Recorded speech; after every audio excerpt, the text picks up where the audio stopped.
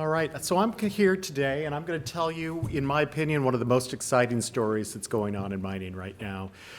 Energy Fuels has been around for almost 20 years, and in that time period, we've been generally known as a uranium producer, but we are rapidly moving into the rare earth space, and it's pretty exciting.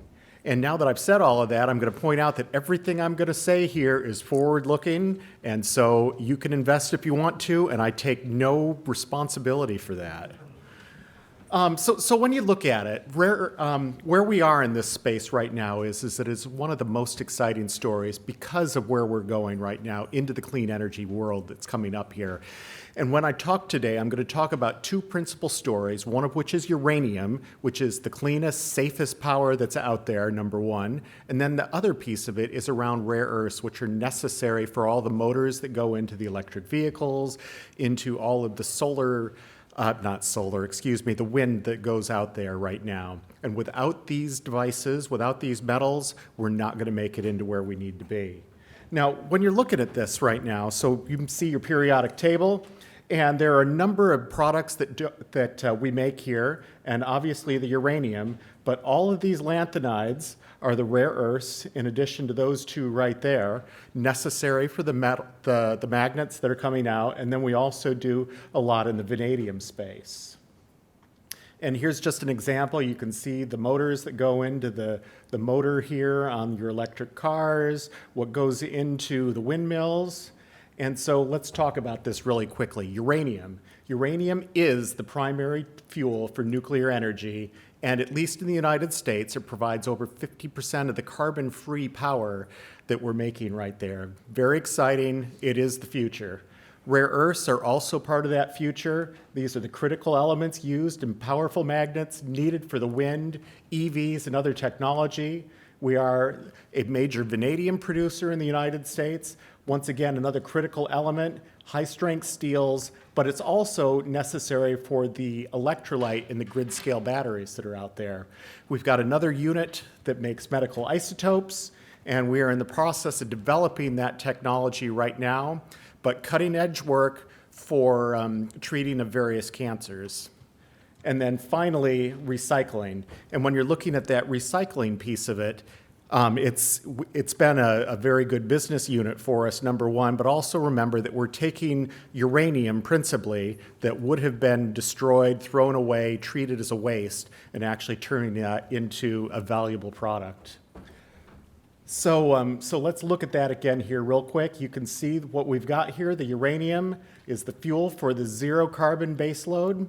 We've got the rare earths, clean technology, EVs, vanadium, grid-scale batteries, medical isotopes, cancer treatments, and then recycling for promotable sustainability. So this is a big deal, and we're very proud of the direction we're going, and we're very forward-looking in that regard. Finally, the last thing that I want to mention in here in terms of our good news story is all around support for our neighboring communities. And we take our very seriously our ESG stance and working with the communities. Over 50% of the people at our White Mesa Mill are from the Navajo Indian Reservation. So we work very hard on that, and we support our communities to the best of our abilities. So let's just talk about the uranium business for just a minute. So in the uranium business, the key asset that we have here is the White Mesa Mill, and this is down in Blanding, Utah, the Four Corners area of the Colorado Plateau in the southwest of the United States. From there, we have a number of mines that can all bring ore within 100 miles, maybe 200 kilometers or so of the mill, and so everything gets trucked into a central location.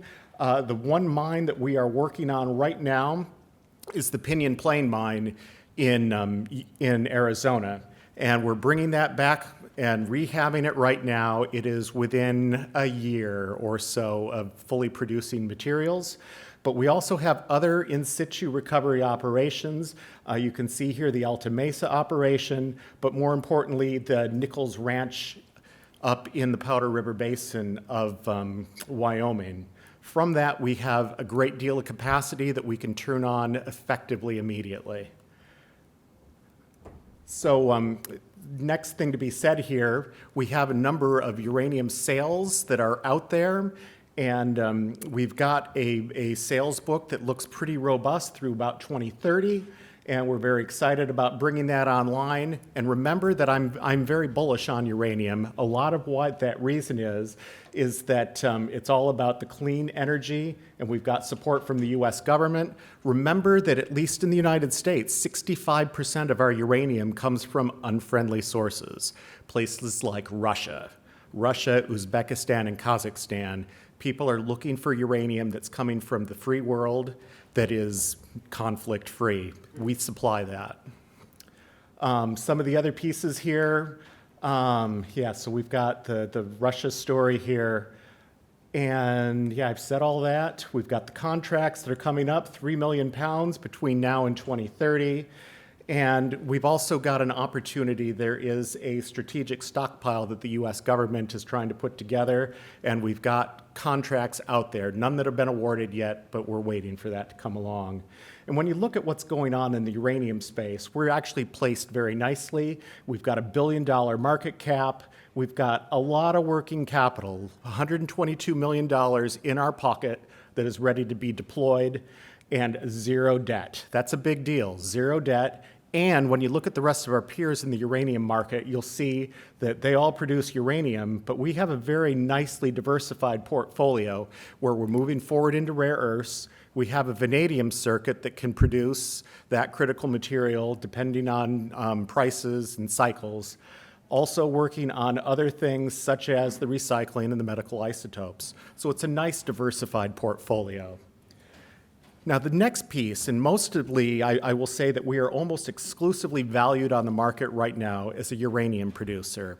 However, one of the biggest opportunities we see out there is the rare earth market. And when you look at the rare earth market, the first thing you need to know is that almost all of the rare earth minerals, the monazite specifically, but also bastnasite, are all radioactive.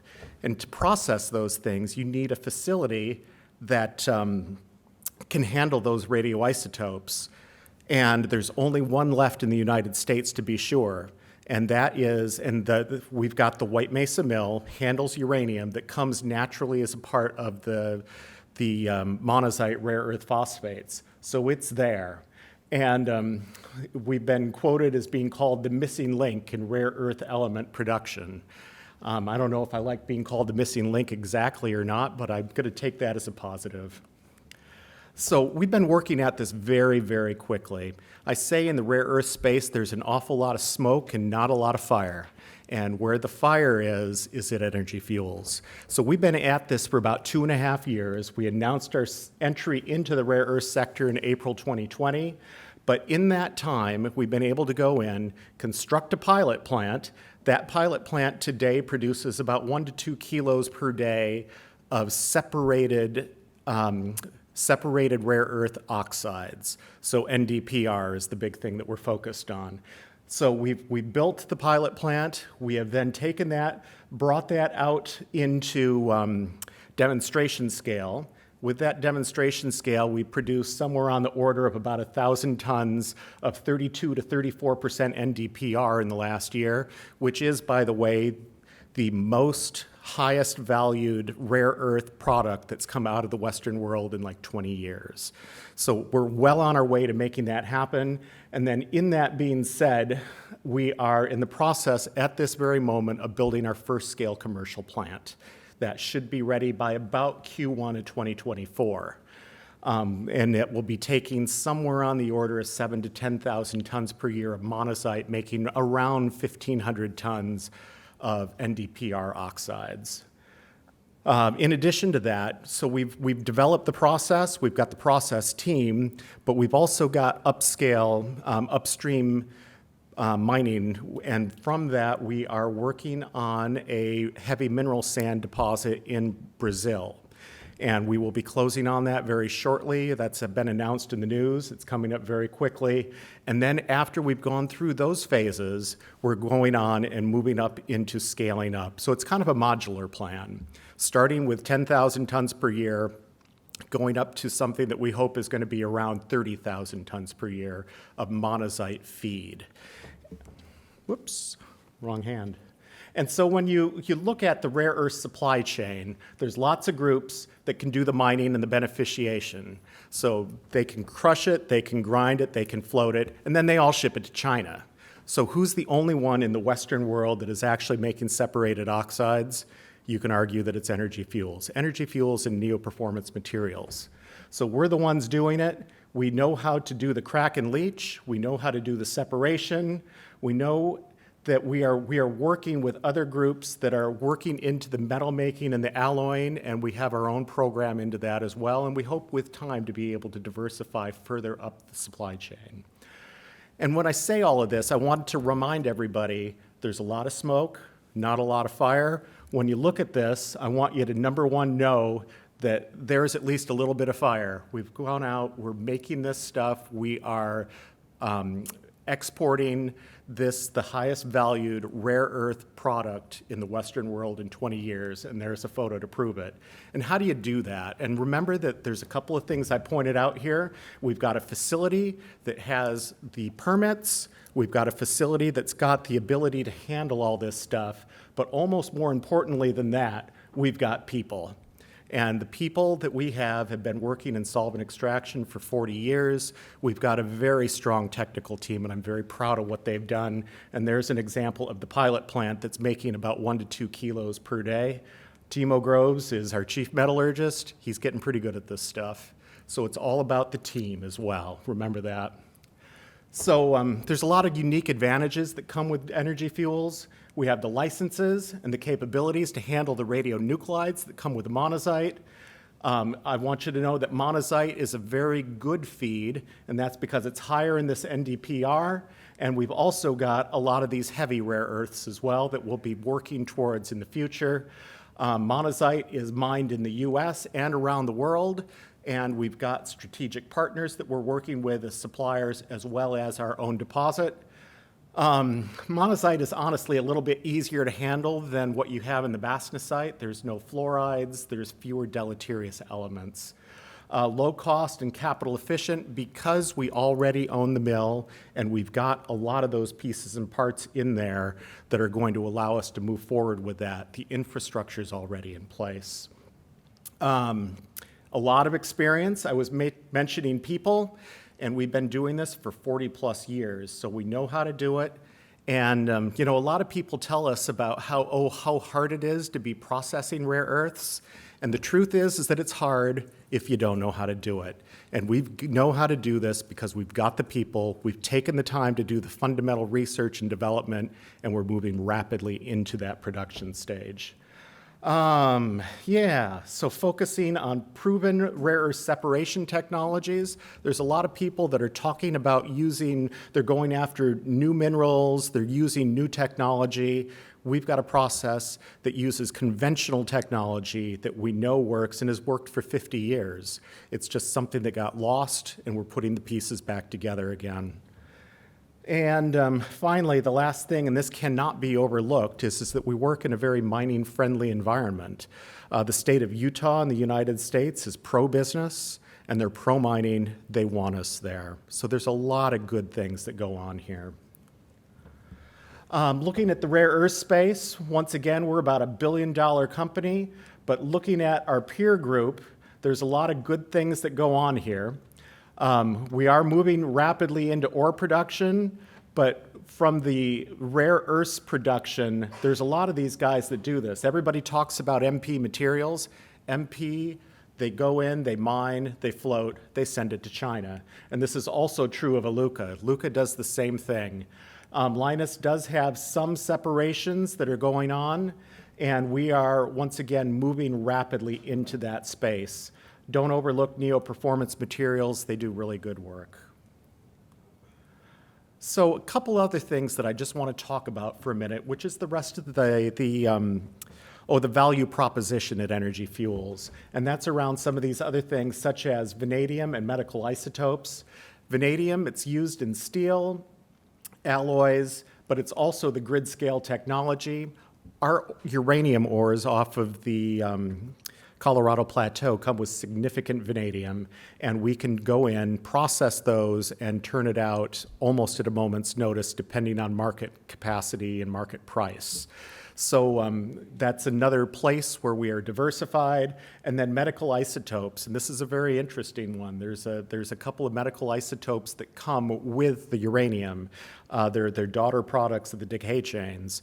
And we are working with a number of the large pharmaceuticals to be producing radium, which is then being used forward into cancer treatments. So we're very proud to be part of that as well. Our financials are very solid. We've got $122 million of working capital right now. So how are we going to be building these facilities? I've already got the money in my pocket. So that's why we're moving forward so quickly. And we're expecting that the uranium market is going to continue to rise. That net loss that you see right there, a lot of that is that we're continuing to ramp up. So we're building our new facility, we're hiring our people, training our people so that we're ready to hit the ground running here in just a few more years. $122 million in working capital, significant uranium and vanadium in inventory, ready for those sales contracts and ready to be sold into a rising market. We've made about 140,000 pounds of uranium this year, and which gives us a substantial inventory out there right now. We've been selling rare earths forward, and again, we've got all of our sales contracts that are coming due in 2023, so we're set up, we're ready to run. And I think that's what I've got to say, guys.